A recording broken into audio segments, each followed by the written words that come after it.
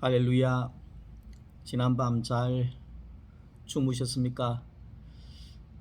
비도 많이 오고 여러 가지 어려운 조건들이 많습니다만은 오늘 하루도 여러분들이 주 안에서 승리하면서 살아갈 수 있기를 간절히 기도합니다. 저는 어제 백신 1차 접종을 하고 많이 긴장하면서 잤습니다만은 그러나 뭐 아무 반응 없이 편안하게 그렇게 잔 것 같습니다. 여러분들도 백신 접종 잘 하셔서 속히 이제 이 코로나가 끝이 나고 하나님의 집에서 우리 함께 만났으면 하는 그런 간절한 바람이 있습니다. 그들의 열매로 그들을 알리라. 지난 주일 말씀을 우리가 함께 나누었습니다. 우리의 이제 걸어가는 이 길이 두 갈래의 길이라고 설명을 할 수가 있습니다. 생명의 길이 있고 멸망의 길이 있다는 거죠. 마태복음 7장에 나오는 대로 하면 좁은 문이 있고 넓은 문이 있다, 이렇게 설명을 할 수가 있습니다. 좁은 문으로 가는 것이 바로 생명의 길인데, 이 생명의 길로 우리가 가야 되잖아요. 우리가 살기 위해서는 생명의 길로 가야 되잖아요. 우리가 지금 뭐 직장 다니고 일을 하고 사업을 하고 공부를 하고 훈련을 하고 여러 가지 하는 것 자체가 우리가 잘 살려고 하잖아요. 잘 살려고. 지금은 어려워도 언젠가는 잘 살 것이다. 이런 계획과 이런 희망을 가지고 있기 때문에 우리가 그렇게 어려워도 열심히 살고 있지 않습니까? 근데 중요한 것은 우리가 알아야 되는 것이 뭐냐 하면, 서울에서 우리가 기차를 탑니다. 경부선이 있고 호남선이 있잖아요. 서울에서 옛날에는 그랬습니다. 옛날에는 서울역에서 기차를 타게 되면 대전까지 내려와서 대전에서 이렇게 왼쪽에는 부산으로 가는 경부선이 있고 오른쪽에는 호남으로 가는 목포로 가는 호남선이 갈라지게 됩니다. 갈라지게 됩니다. 예를 들어서 내가 부산으로 가야 되는데 호남선 열차를 타고 있으면 내가 거기에서 아무리 발부등을 치고 노력한다 할지라도 호남 목포로 가버리는 겁니다. 원래는 부산으로 가려고 열차를 탔는데 잘못 타가지고 호남선을 타게 되면 결국은 종착역은 호남 목포가 돼버리는 거죠. 근데 또 내가 목포를 가려고 하는데 부산 가는 경부선을 타게 되면 아무리 내가 거기에서 내가 차를 잘못 탔다 그러고 거기에서 내가 이 기도하고 능력을 행하고 아무리 애를 쓰고 힘을 쓰고 한다 할지라도 결국은 어떻게 되어버립니까? 결국은 목포로 못 가고 부산으로 가게 돼 있는 거죠. 이게 이제 길이 노선이 어떤 노선이냐에 따라서 이렇게나 차이가 나버린다, 이렇게 설명을 합니다. 그러니까 오늘 우리도 마찬가지입니다. 우리가 가는 길이 생명의 길이냐, 생명의 길이라고 하는 것은 어떤 것이냐면 우리의 생명이 되어주신, 우리의 구원이 되어주신, 우리의 영원한 생명이 되신 예수 그리스도가 종착역입니다. 예수 그리스도가 종착역입니다. 그러니까 예수 그리스도에게 도달하는 길이 바로 생명의 길이다, 이렇게 이야기를 할 수 있습니다. 근데 이 멸망의 길이라고 하는 것은 이 결국은 예수가 없는 길, 예수가 없는 길, 구원이 없는 길, 멸망의 길, 그게 뭡니까? 사탄에 이르는 길이죠.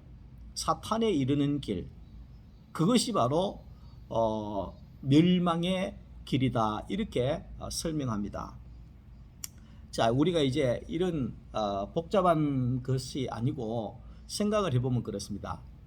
에덴 동산 안에 아담과 하와가 살았잖아요. 생명의 길이라고 하는 것은, 생명의 길이라고 하는 것은 쉽게 이야기하면 내 인생을, 내 삶을 온전히 누가? 하나님이 이끄시는 겁니다. 하나님이 이끄시는 겁니다. 주님 뜻대로 살기로 했네.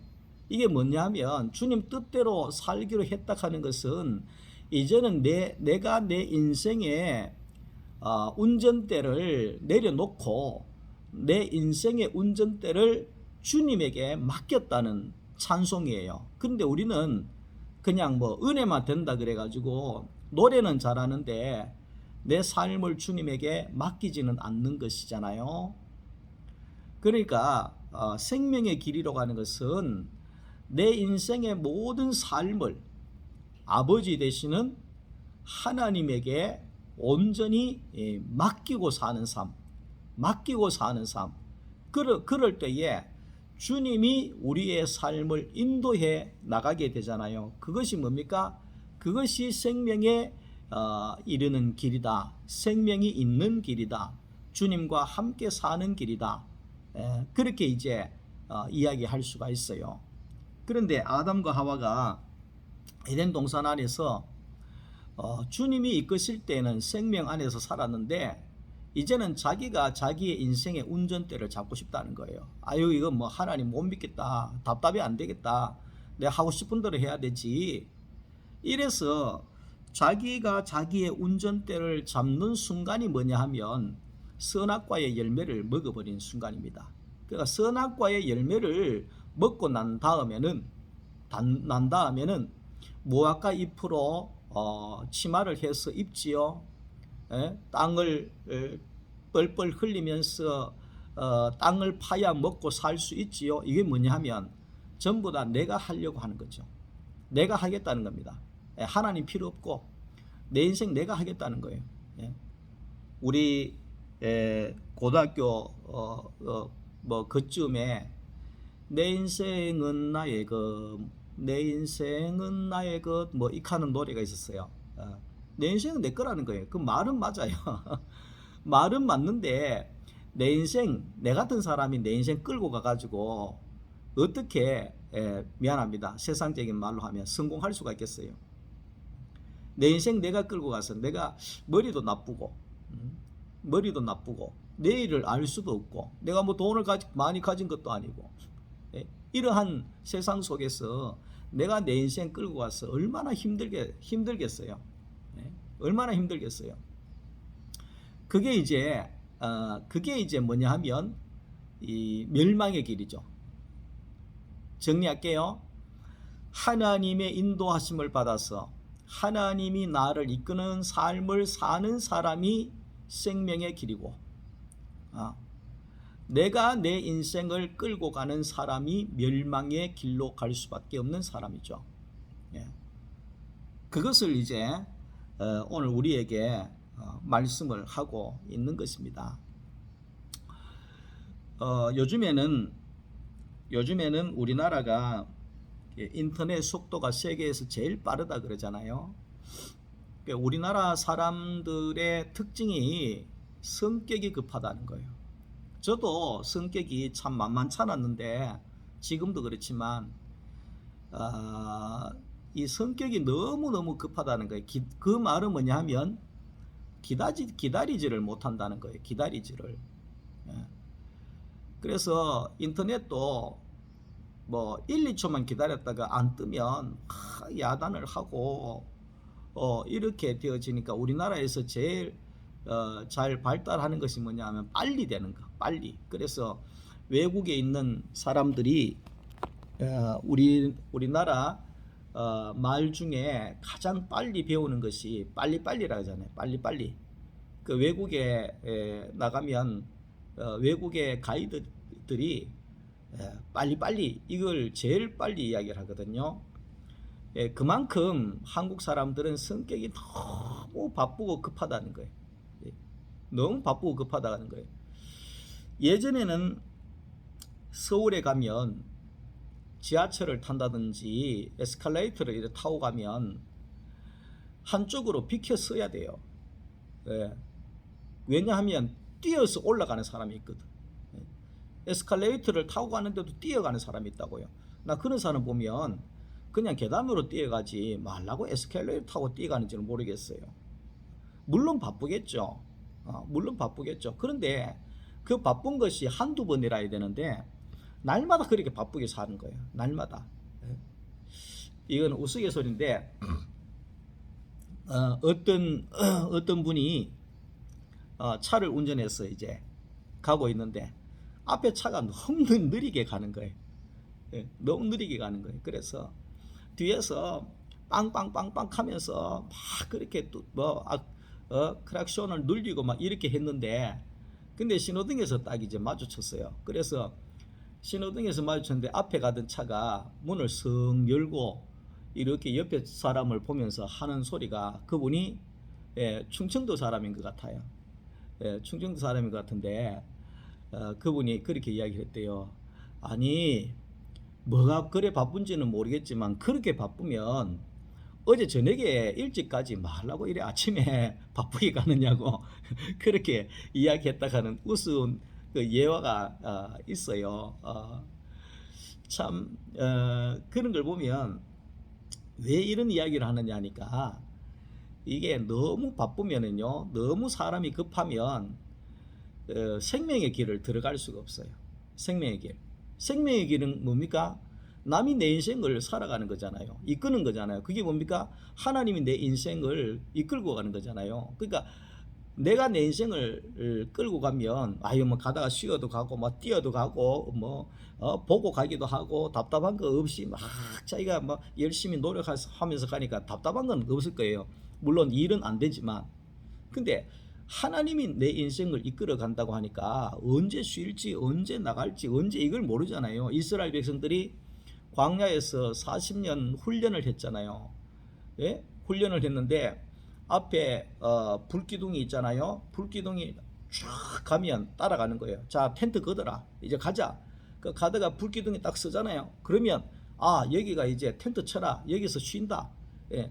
하나님이 가면 가고 쉬면 쉬고 이게 뭐 10년 쉬면 10년 쉬고 그러니까 40년을 광야에서 그렇게 쉬었잖아요. 그게 이제 이스라엘 백성들이 생명의 길로 가는 훈련이죠. 훈련이죠. 그 우리도 마찬가지예요. 우리도 인생 살아갈 때 참 안 보이고 내일을 모르고 그러니까 어때요? 무조건 열심히 살면 된다고 생각하잖아요. 무조건 열심히 그래 해야 되니까 모르니까. 근데 결국은 우리의 인생은 하나님의 손에 있습니다. 우리의 살고 죽는 것도 하나님의 손에 있습니다. 나고 늙고 병들고 죽는 것 자체가 하나님에게 있습니다. 어떤 부자가 열심히 자기의 것을 먹고 살기 위해서 노력해서 살았습니다. 그러니까 농사를 지어서 창고를 더 크게 짓고 태산같이 재물을 사와 놓고 이제 내가 내 영혼아 먹고 마시고 이제는 마음껏 쓰고 놀고 놀자. 그랬더니만 그날 저녁에 하나님 말씀하시기를 이 어리석은 자여 오늘 저녁에 네가 부름을 당하게 된다. 이 어리석은 자야 이래 얘기. 다시 말하면 오늘 밤 너는 죽는다 그 말이죠. 그게 인생입니다. 네, 그게 인생입니다. 우리에게 있어서 가장 중요한 것은 하나님이 나를 이끄시고 하나님의 이끄심 가운데 우리가 살아가는 것 자체가 생명이 있는 길이고 사는 길이고 가장 복된 길이다 하는 것이죠. 생명으로 가는 길은 느리고 답답하고 참 불안하고 안 될 것 같지만, 그러나 하나님이 이끄시는 길이 우리의 가장 복된 길이고 복이 되는 길이고 축복이 되는 길이다, 이래 설명할 수 있습니다.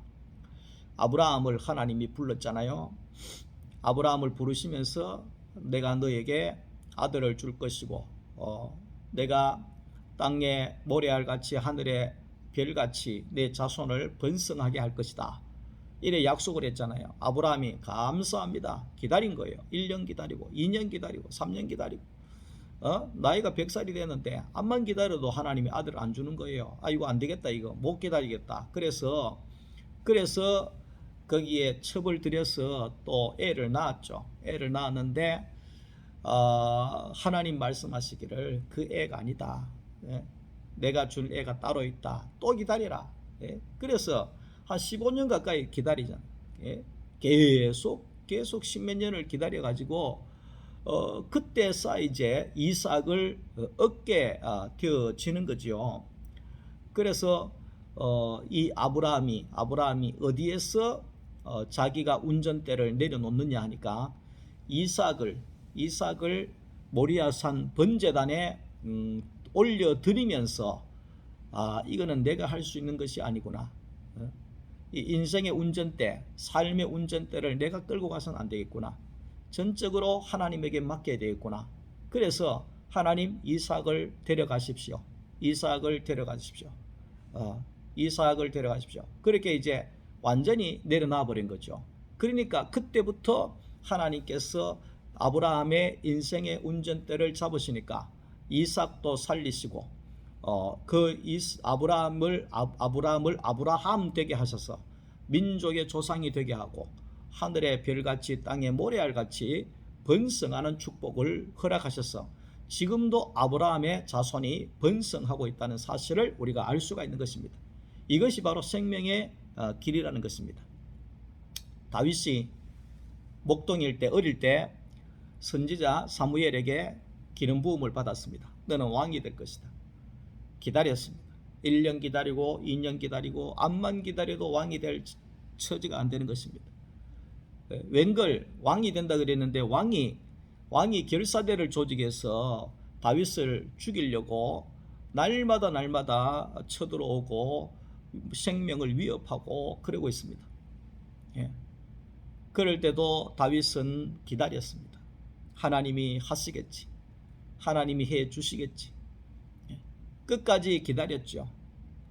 그럴 때에 하나님께서 때가 되매 다윗을 하나님이 유다의 왕이 되게 하고 나아가서 이스라엘 전체의 통일 왕국을 이루는 성군 다윗으로 하나님이 세워 주셨고, 그리고 이 다윗을 통해서 예수가 나오는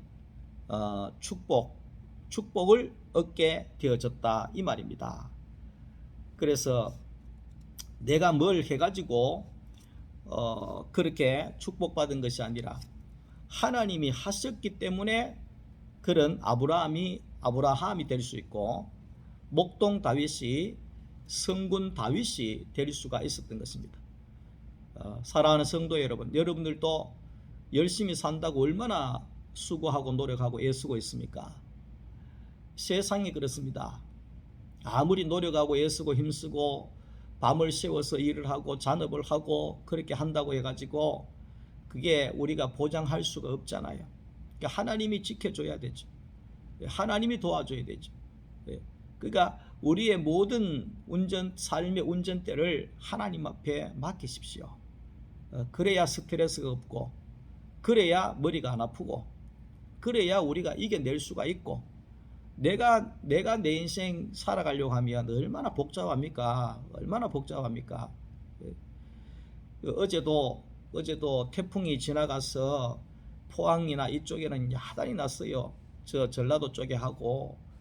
근데 가만히 한번 생각해 보십시오. 평생 돈을 모아서 평생 거기에 이 집 한 채를 사서 이제 이거 됐다, 이제 노년까지 평안히 살겠다 이러는데 그 집이 산사태로 무너져 버려요. 이게 사람이 노력한다고 되는 것이 아니죠. 노력한다고 되는 것이 아니죠. 우리가 우리의 인생을 내가 산다고 하면 우리는 정말 너무 힘들어서 살 수가 없는 세계가 될 수밖에 없는 거죠. 그러니까 우리의 인생의 모든 운전대를 내가 갖지 마시고 주님에게 맡기십시오. 그러면 우리의 삶이 평안해질 것입니다. 그렇게 주님에게 맡기면 주님이 어떤 분입니까? 좋은 것을 주시는 아버지 아닙니까? 아버지 아닙니까? 우리의 육신의 부모도 떡을 달라 그러면 돌을 줄 자가 없고 생선을 달라는데 뱀을 줄 부모가 없다 그랬잖아요. 그럼 하늘에 계신 우리 아버지 하나님께서 너희에게 좋은 것 안 주겠냐? 하나님이 그렇게 말씀을 하고 있는 거잖아요. 열매로 그들을 알리라. 열매로 그들을 알리라. 21절을 보면 나더러 주여 주여 하는 자마다 다 천국에 들어가는 것이 아니라 하나님의 뜻대로 사는 자라야 천국에 들어간다. 이 말은 어떤 말이니 하니까 주여 주여 하는 사람도 많고 주의 이름으로 선지자 노릇하는 사람도 많고 귀신 쫓아내는 사람도 많고 주의 이름으로 권능을 행하는 사람들도 많은데 하나님께서 모른다는 겁니다. 넌 내하고 상관이 없다 그래 얘기하는 거예요. 그러니까 아니 주님 내가 이렇게 주의 일 많이 하는데 나를 모르다니요. 주님이 말씀하시기를 나는 모른다. 그런데 거기에서 핵심은 뭐냐면 너는 주의 일을 네 마음대로 했지 않느냐. 네가 네 마음대로 했지 않느냐. 네 좋을 대로 했지 않느냐. 네 힘으로 했지 않느냐. 주의 일은 네가 하는 것이 아니다. 내가 하는 것이다. 하나님이 하는 거다. 하나님이 하나님의 일을 하는 거지. 네가 하나님의 일을 하는 것은 아니다. 네가 한 일은 다 네가 한 일이기 때문에 너는 천국에 들어갈 수 없다. 하나님의 뜻대로 주의 뜻대로 했는 자만이 그것이 유효한 것이 되고 천국에 들어갈 수 있다. 그렇게 말씀합니다.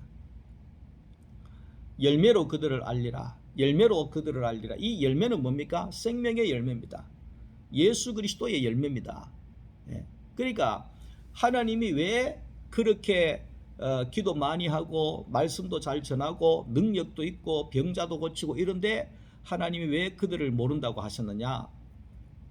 열매가 다르기 때문에 그렇습니다. 그들에게는 생명의 열매가 없고 예수의 열매가 없다는 겁니다. 선악의 열매가 가득하고 세상적인 자기의 열매가 가득하기 때문에 그렇다는 것입니다.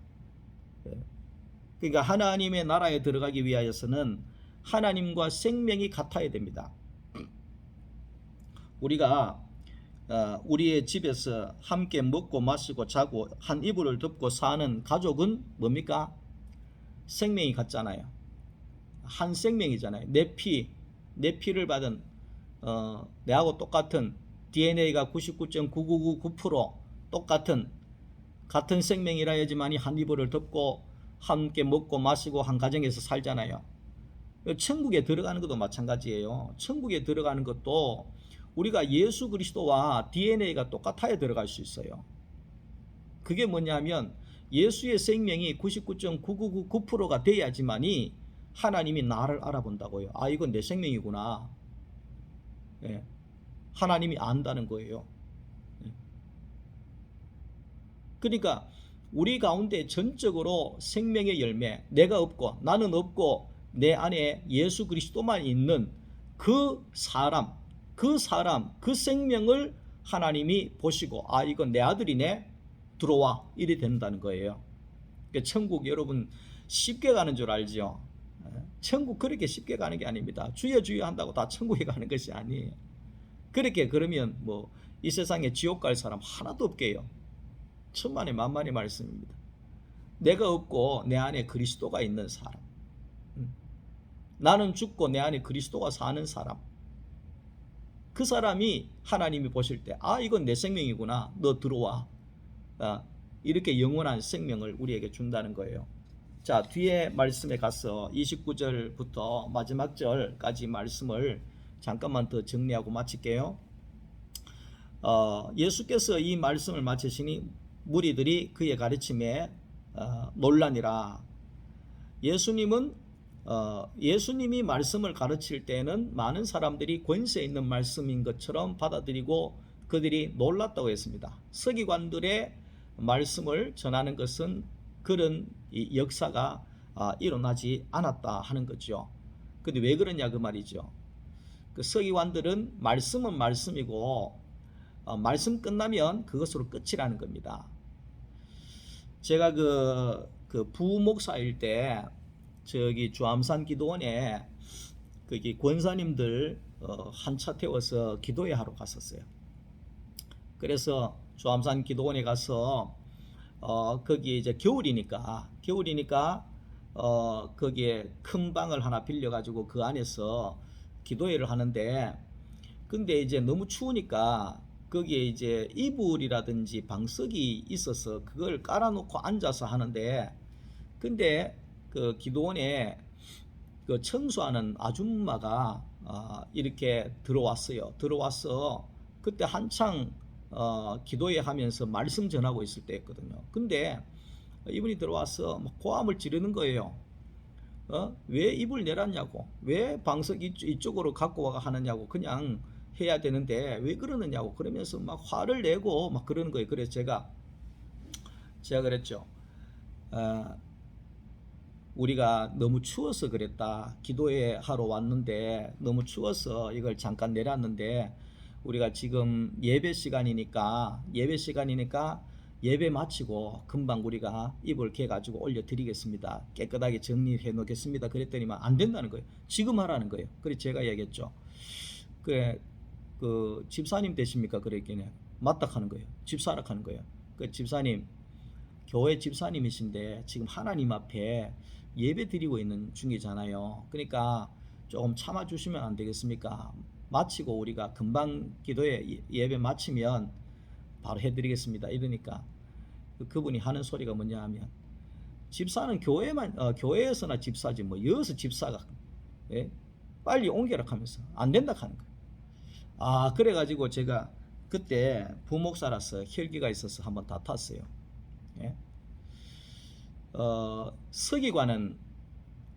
서기관의 말씀은 바로 그런 거예요. 교회에서나 집사지 뭐 밖에서 집사가 이거예요. 교회에서나 서기관이지 밖에서 뭐 서기관이가.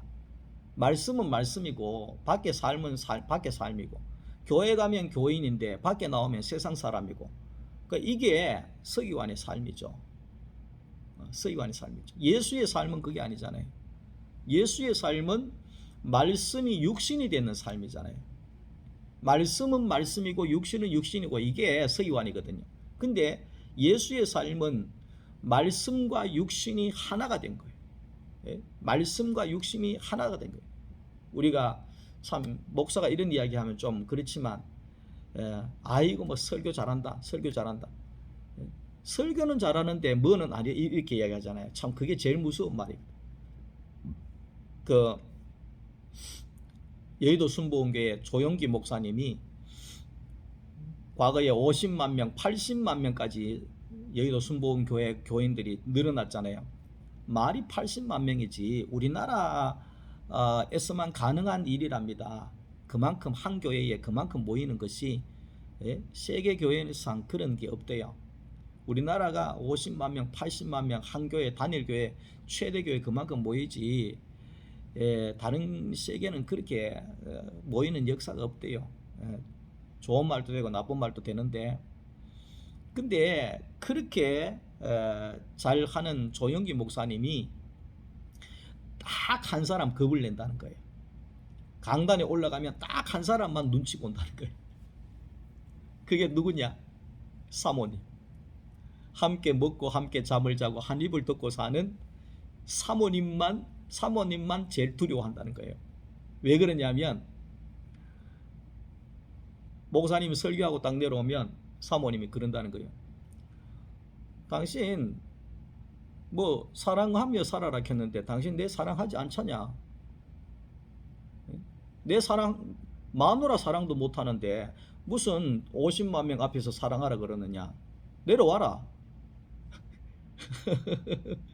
이러면은 조영기 목사님이 할 말이 없잖아요.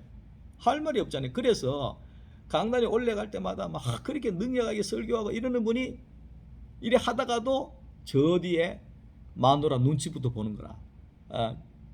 또 뭐 한 소리 하는 거 아닌가. 예, 바로 이제 바로 그거예요. 목사가 말씀은 전하는데 그게 삶이 안 되면 불안하게 되잖아요. 그러니까 예수님은 말씀과 육신이 딱 하나가 됐다는 거예요. 그 말씀과 육신이 육신이 하나 되어서 우리 가운데 오셨잖아요. 그분이 바로 예수 그리스도. 그러니까 율법을 다 이루었다. 예수님 그래 말씀하거든요. 여러분 율법을 어떻게 다 이룰 수가 있겠습니까? 618개의 율법 그걸 어떻게 다 이룰 수가 있겠어요? 하나님의 마음을 다 어떻게 맞춰가지고 다 이루어낼 수 있겠어요? 근데 예수님은 율법을 다 이루었다 그랬거든요. 그 어떻게 율법을 다 이루었겠어요? 말씀이 육신이 되어버린 거라. 말씀이 육신이 되어버린 거라. 그러니까 예수님의 삶이 성경이고 말씀이 예수고 예수와 삶이 하나 되어버린 거예요. 더 쉽게 이야기하면 말과 언행이 일치한다 그 말이잖아요. 우리나라 말에도 언행일치 뭐 이런 거 있잖아요. 말하고 행동하고 똑같다 그 말이잖아요. 그 예수는 그렇게 되어버린 거죠. 그러니까 예수님의 말씀이 권세가 있는 거예요. 예수님의 말씀이 능력이 있는 거예요. 모든 사람들이 거기에 엎어지게 되는 거죠. 히브리서 3장 1절 말씀 보면 예수를 깊이 생각하라. 여러분 예수를 아십니까? 예수가 어떤 분인지 아십니까? 다 잘 알겠죠. 10년, 20년, 30년 교회를 다녔으니까 예수 잘 알겠죠. 2000년 전에 유대 땅 베들레헴에 우리를 위하여 오시고 우리를 위하여 십자가에 죽으시고 부활하셔서 3일 만에 부활하셔서 하늘 보좌 위에 올라가시고 소설 쓰듯이 술술술 읽어내지 않습니까? 그런데 진짜 예수를 아십니까? 진짜 예수를 아십니까? 예수와 여러분들이 한 DNA로 한 생명 가운데 살아가고 있습니까? 지난 주일에 이야기했잖아요. 문재인 대통령 한국에 사람치고 모르는 사람 없잖아요. 여러분 잘 안다 그러지요? 문재인 대통령 잘 안다 그러지요? 진짜 잘 압니까? 전화번호 몇 번입니까? 문재인 대통령 전화번호 몇 번이에요? 생일이 언제입니까? 그분이 잘 먹는 음식이 어떤 것입니까? 그분의 특징이 뭡니까? 그분하고 한번 밥 먹어봤습니까? 하룻밤 잠자봤습니까? 모르잖아요. 여러분 예수님하고 여러분 같이 한번 잠자봤습니까? 예수님하고 식사 한번 했습니까? 예수님하고 밤새도록 이야기 한번 나눠봤습니까? 안 했잖아요. 근데 어떻게 다 안다 그래요? 어떻게 다 안다 그래요? 많은 사람들이 있잖아요. 많은 사람들이 이제 우리가 이 결혼을 하게 되면 이게 많이 삐끗삐끗거리잖아요. 이게 뭐 얽히고 섞여가지고 살아가는 것이.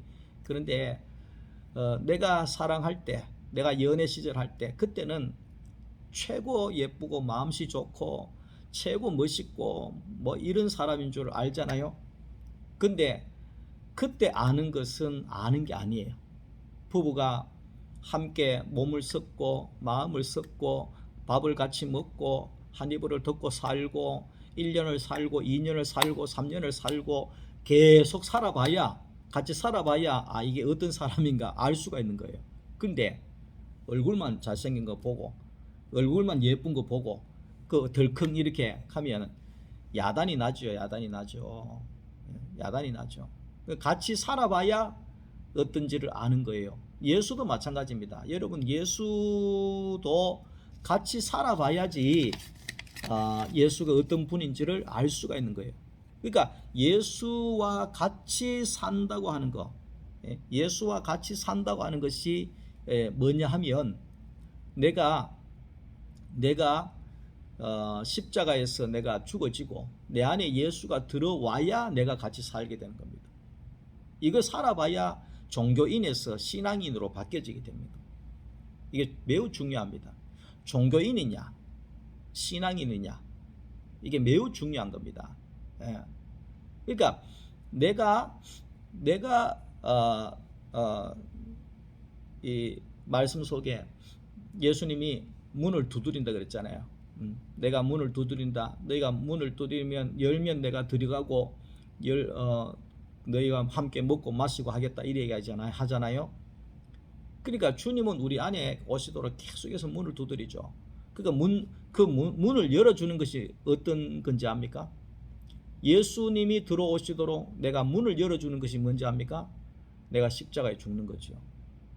내가 십자가에 예수와 함께 죽어지지 아니하면 문을 열 수가 없어요. 문을 열 수가 자기가 다 한다는데 뭐 자기 인생 자기가 책임지겠다는데 뭐 그런 사람에게 예수가 어떻게 들어오겠어요? 못 들어오죠.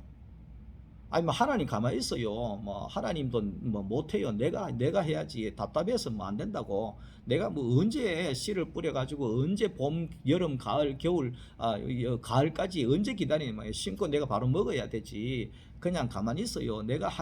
이러는 사람에게 내 자신이 이렇게 살아있는 사람에게 어떻게 예수가 들어올 수 있어요? 예수가 들어와도 쓸모없고 내가 다 하는 인생이잖아요. 그러면 예수가 들어올 필요가 없는 거죠.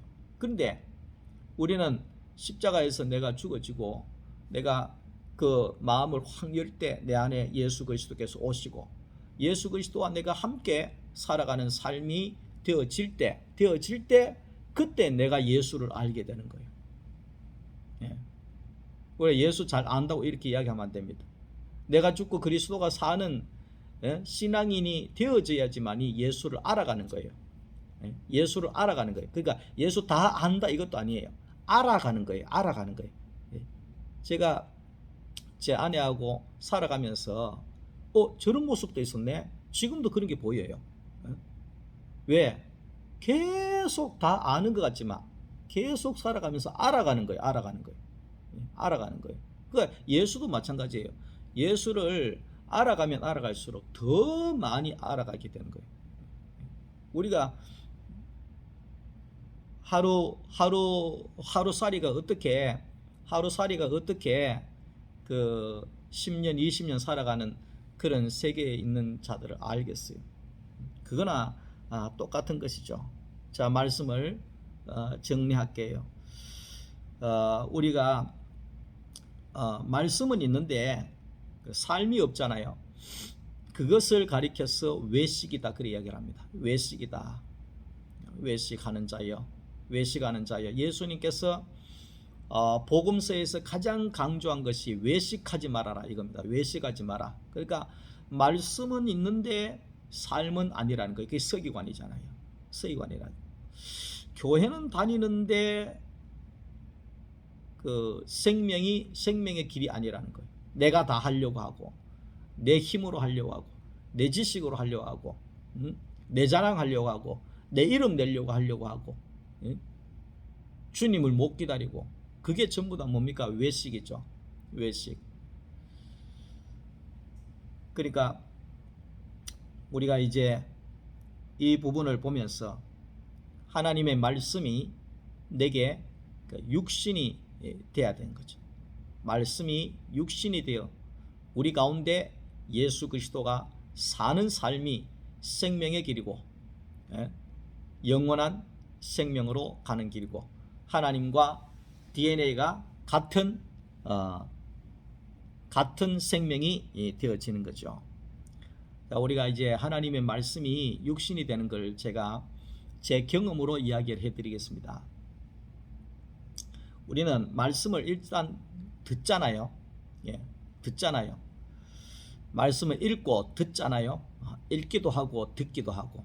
근데 많은 사람들이 뭐 성경, 저도 총신신대원 공부할 때는요 성경 하루에 일독했습니다. 새벽 2시에 일어나서 밤 12시까지 한 번도 놓치지 않고 눈 버릇 뜨고 속독으로 성경을 읽어내는데 정말 열심히 했죠. 그렇게 성경 공부를 열심히 읽었죠. 그리고 우리가 성경을 듣잖아요. 말씀을 듣잖아요. 설교를 10년 듣고 20년 듣고 30년 듣고 읽고 듣고 한다고 해서 사람이 바뀌는 것도 아니고 은혜가 되는 것도 아니고 그 다음에 예수가 들어오는 것도 아니고 그렇습니다. 자, 읽고 듣고 한 다음에 우리가 믿잖아요. 믿습니다. 이거 잘하잖아요. 믿습니다. 말씀을 믿습니다. 근데 중요한 것은요, 이 믿음이라고 하는 것은 늘 흔들리게 되어 있습니다. 어제까지 그렇게 잘 믿다가도 오늘 못 믿겠다 그럽니다. 그렇게 예수 하다가도 결정적일 때 예수 모른다 합니다. 그게 믿음입니다. 예, 그게 믿음입니다. 그러니까 우리에게는 믿음이 나올 수가 없어요. 예, 우리에게 믿음이 나올 수 있어요. 좋을 때는 예수지만 나쁠 때는 그냥 버려버리는 거죠. 내 유익을 위해서 예수 버려버리는 거죠. 예, 그게 이제 믿음입니다. 그런데 믿는 것에서 이제는 우리가 더 나가야 됩니다. 읽고 듣는 것에서 믿는 것에서 예수님께서 뭐라 했습니까? 먹으라 했어요. 내 살을 받아 먹으라. 내 피를 받아 마셔라. 예? 이게 내 살과 피는 뭡니까? 말씀입니다. 말씀. 생명의 말씀. 요걸 받아 먹으라 그 말이죠. 받아 먹으라. 그러니까 우리는 받아 먹는다고 하는 것은 우리가 이것저것 따지지 않고 그냥 말씀 그대로 받아버리는 겁니다. 예. 그게 이제 먹는 거예요. 예. 이것저것 따지지 않고 계속 받아 먹어버리면 그러면 우리 안에 양식이 되는 거예요. 양식이 되면 우리 안에서 이제 한 가지를 더 해야 돼요. 받아 먹었다는 것을 증명할 수 있는 거, 그게 우리가 먹은 말씀을 내놓는 거예요. 간증해 내는 거예요. 간증이 뭐 내 자랑하고 고생 많은 거 이런 게 아니라 말씀을 간증해야 돼요. 내가 오늘 이 말씀을 열매로 그들을 알리라 이 말씀을 들었는데 그 열매라고 하는 것은 생명의 열매고 예수의 열매고 예수께로 가는 길이고 이렇게 이거를 내 입으로 내어 놓아야 돼요. 내어 놓아야지만이 그게 이제 말씀이 육신에 살아있는 삶이 되는 거예요. 말씀이 육신에 살아있는 삶이 되는 거예요. 사람이 마음으로 믿어 의에 이르고 입으로 시인해서 구원을 받는다 그랬잖아요. 아무리 마음으로 믿습니다 이래도 안 됩니다. 입으로 시인을 해야 구원에 이른다 그랬거든요. 매우 중요하죠. 근데 우리는 특히 경상도 사람들은 입이 무거워가지고 이래도 가만히 있고 저래도 가만히 있고 입을 안 열어요. 선하게 판단과 남을 비판하고 정죄하고 남 흠집내고 이런 거는 스릴이 있고 기분이 스릴이 있으니까 뭐 잘 할 수도 있어요. 근데 생명의 말씀, 생명의 열매가 나오는 이 입을 잘 안 열거든요. 우리가 입을 열어요. 내 입을 넓게 열어라. 그렇게 이제 주님이 말씀을 하거든요. 그러니까 그 입을 연다고 하는 것이 말씀을 내가 내 삶으로 해석해서 내어 놓는 작업하는, 그러면 말씀이 육신이 되는 거예요. 저도 이 생활이 얼마 안 됩니다만은 아직까지는 초보 단계입니다만은 말씀을 계속해서 이렇게 지금 이 시간에도 여러분들에게 내어놓지 않습니까? 내 간증을 내어놓고 그렇게 함으로 해서 생명은 자라가게 되는 것입니다. 오늘도 여러분들이 말씀이 육신이 되어져서 예수 그리스도와 살고 생명이 자라나는 그런 한 날이 되어지기를 주님의 이름으로 축원합니다. 감사합니다.